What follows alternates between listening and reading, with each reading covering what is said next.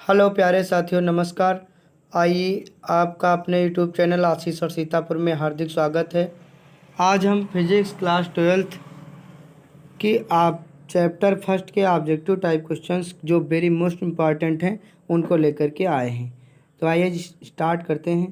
पहला क्वेश्चन आपके सामने है कि विद्युत आवेशों के मध्य लगने वाले बलों से संबंधित नियम क्या है। यह आपके सामने है। ये पहला क्वेश्चन है कि विद्युत आवेशों के मध्य लगने वाले बलों से संबंधित नियम क्या है। आपके सामने चार ऑप्शन दिए हैं। एम्पियर का नियम है, कि ओम का नियम है, कि फैराडे का नियम है, कि कूलाम का नियम है। तो हमने आपको उसमें पढ़ाया है कूलाम का ही नियम हमने आपको पढ़ाया। तो स्थिर बिंदु आवेशों के मध्य लगने वाला आकर्षण अथवा प्रतिकर्षण बल को ही हम लोग कूलाम का नियम कहते हैं। इसलिए आपका करेक्ट आंसर होता है यहाँ पे विकल्प नंबर डी, कूलाम का नियम। चलते हैं अगले क्वेश्चन की तरफ। बहुत ध्यानपूर्वक आप इन प्रश्नों को रिवाइज करेंगे। आ गए हमें सेकंड क्वेश्चन पर, और सेकंड क्वेश्चन हमारा है कि एफ जी यानी गुरुत्वाकर्षण बल और एफ ई यानी कि स्थिर विद्युत बल क्रमशः गुरुत्वीय और स्थिर विद्युत बल 10 सेंटीमीटर की दूरी पर स्थित इलेक्ट्रॉन के मध्य दर्शाते हैं। एफ जी बटे एफ ई अनुपात की कोटि कितनी होगी। ये न्यूमेरिकल है। इसे जब सॉल्व करोगे तो आपको मैं डायरेक्ट बता देता हूँ कि आपका विकल्प यहाँ पे जो है 4 नंबर सही होगा। 10⁻⁻43 इसका जो है सही जवाब है। आप इसे याद कर लीजिए, अच्छे से माइंड में बिठा लीजिए। इसको यहाँ पे अपने माइंड में बिठा लीजिए। चलते हैं आगे तीसरे प्रश्न पर कि किसी पिंड को ऋणावेशित किया जाता है। जब किसी पिंड को ऋणावेशित किया जाता है तो क्या होता है। उस पर इलेक्ट्रॉन अधिक इलेक्ट्रॉन देने से वो ऋणावेशित हो जाता है, कुछ इलेक्ट्रॉन हटाने से, या कुछ प्रोटॉन हटाने से, या कुछ न्यूट्रॉनों से कोई प्रभाव नहीं।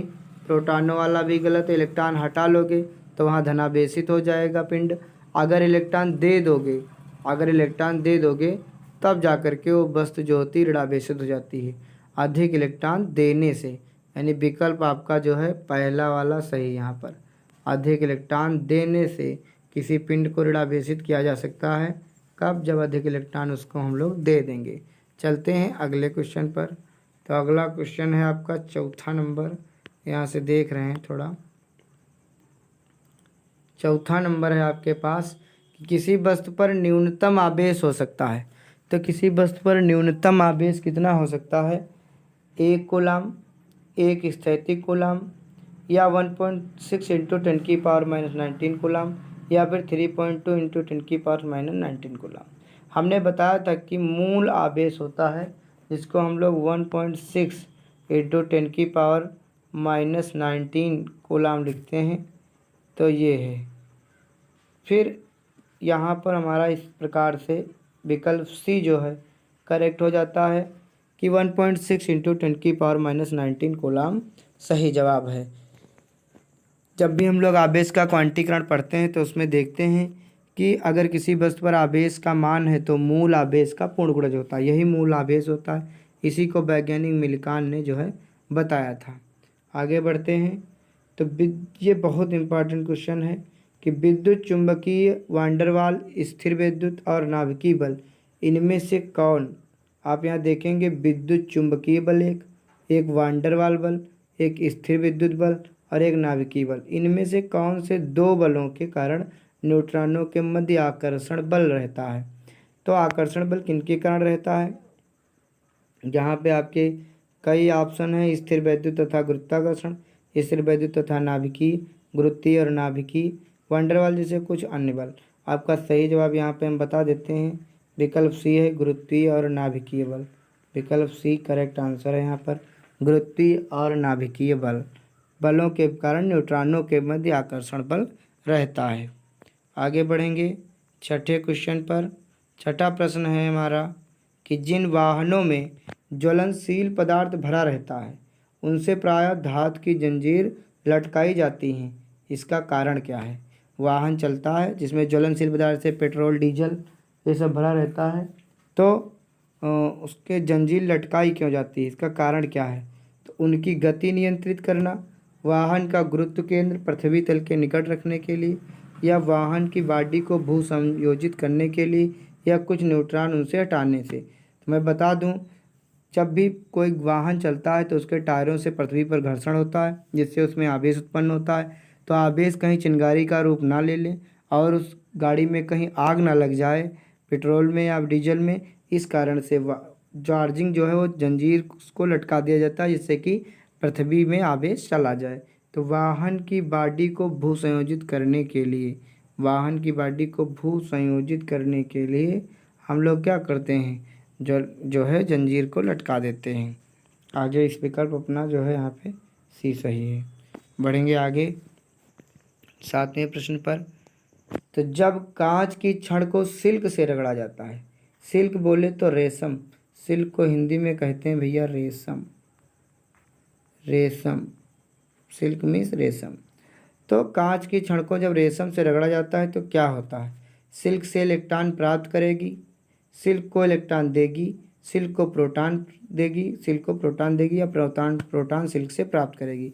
तो इसमें देखेंगे कि सिल्क मैंने रेशम, तो रेशम से इलेक्ट्रॉन प्राप्त करेगी। कांच, देखो जब भी कांच की छड़ को हम रेशम से रगड़ देते हैं, रेशम से रगड़ देते हैं, तो कांच पर से इलेक्ट्रॉन चले जाते हैं रेशम पर, कांच पर से इलेक्ट्रॉन चले जाते हैं रेशम पर, और कांच पर जो है धनावेश आ जाता है, कांच पर धनावेश आ जाता है, रेशम पर उतने इकाई ही ऋणावेश आ जाता है।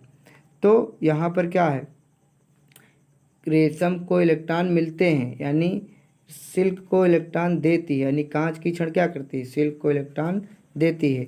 यानी कि विकल्प आपका जो है यहाँ पे बी सही हो जाएगा।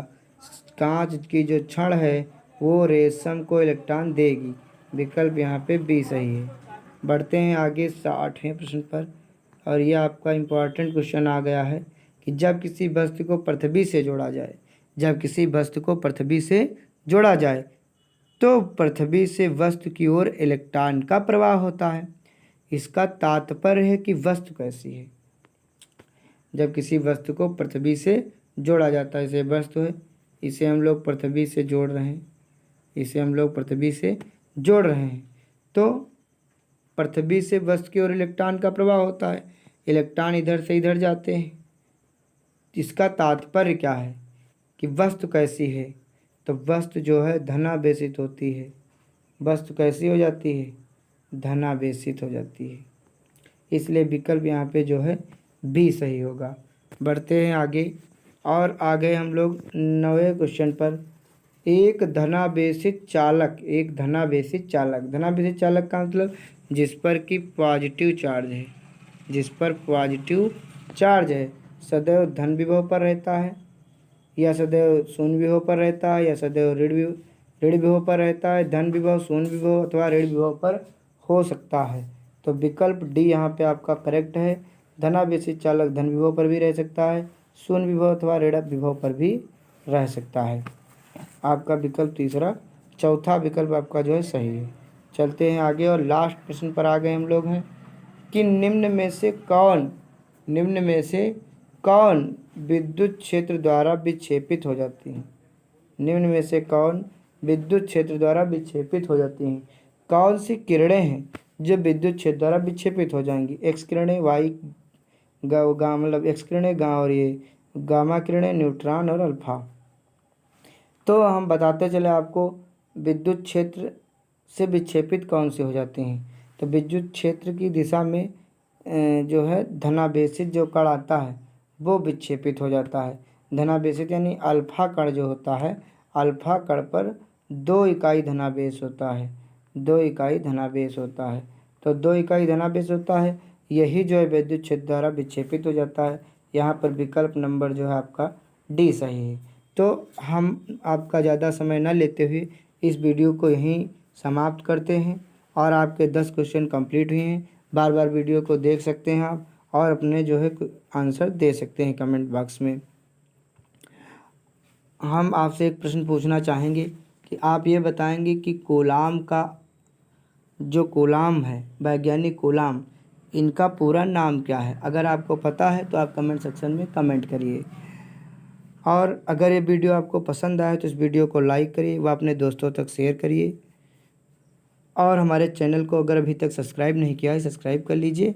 पास में बनी बेल आइकन घंटी को भी प्रेस कर लीजिए ताकि कोई भी नोटिफिकेशन आपको पहले सबसे मिल सके जैसे हम वीडियो अपलोड करें।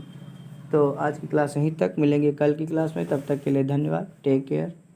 Thank you.